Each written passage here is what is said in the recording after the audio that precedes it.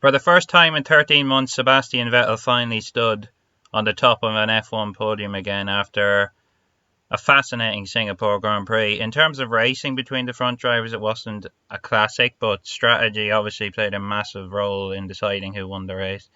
With Verstappen pitting, Ferrari covered him with Vettel. Of course, Vettel was just in front of the Dutchman, so they had to do that, otherwise Vettel would have lost out to Verstappen with the power of the undercut in Singapore. Vettel's sensational outlap then put him in front of Leclerc. Leclerc had a 3-second lead before Vettel pitted, but that outlap from Vettel was extraordinary on the hard tyres, and he got in front of his Monegasque teammate. Understandably, Leclerc was not happy at all with it, but Ferrari turned a potential 1-3 or 1-4 into a 1-2, and Leclerc will have his day again after his performances at Spa, Monza, and his pole lap at Singapore. For sure, he will probably win more races before the end of the season, and he certainly has an edge on Vettel at the moment, despite Vettel's win on Sunday.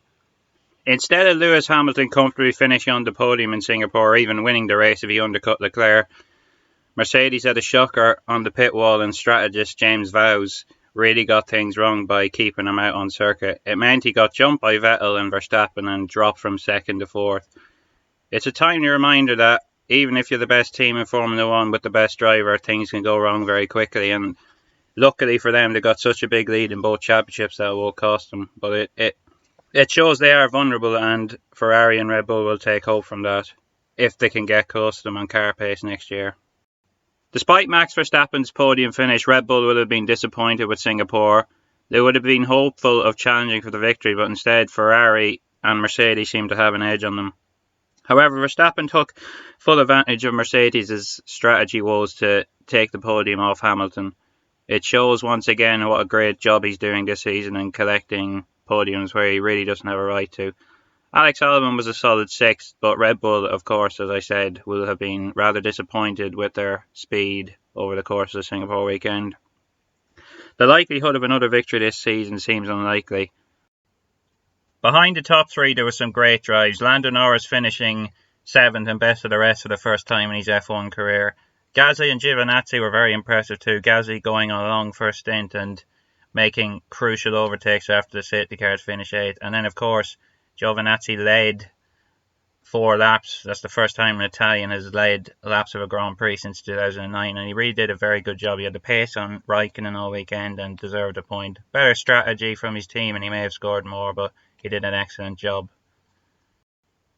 There was plenty of incidents in the midfield too. Obviously, the biggest one was on the opening lap when Hülkenberg and Sainz came to blows. Personally, I think Sainz was in the wrong. He knew Hülkenberg was close to him, and he turned in at a really sharp angle with Hülkenberg up the inside and didn't leave enough room, and they made contact. So for me, that was on Sainz, despite what he said over the team radio. Then Ricciardo and Giovinazzi collided later in the race. Ricciardo really didn't give Giovinazzi enough room. And then Grosjean and Russell, well, Grosjean was going into a gap that was never there, so that's purely his fault. And it is quite bizarre why Haas have kept him on for another year. Anyway, next up is Russia on Sunday. Ferrari, amazingly, after Hungary, are going for a 4th consecutive win. Can they do it? I think there's a good possibility of it with the straight line speed they have and the improved cornering performance they seem to have in Singapore as well. But never count out Lewis Hamilton in the Mercedes, because he is still on top form despite not winning recently. And yeah, I expect him to be Ferrari's main challenger. Probably Leclerc, considering his amazing qualifying form recently. And Verstappen will be there to pick up the pieces if anything happens between the top 4 cars. Who do you think will win in Sochi? Let me know in the comments below. For now, goodbye.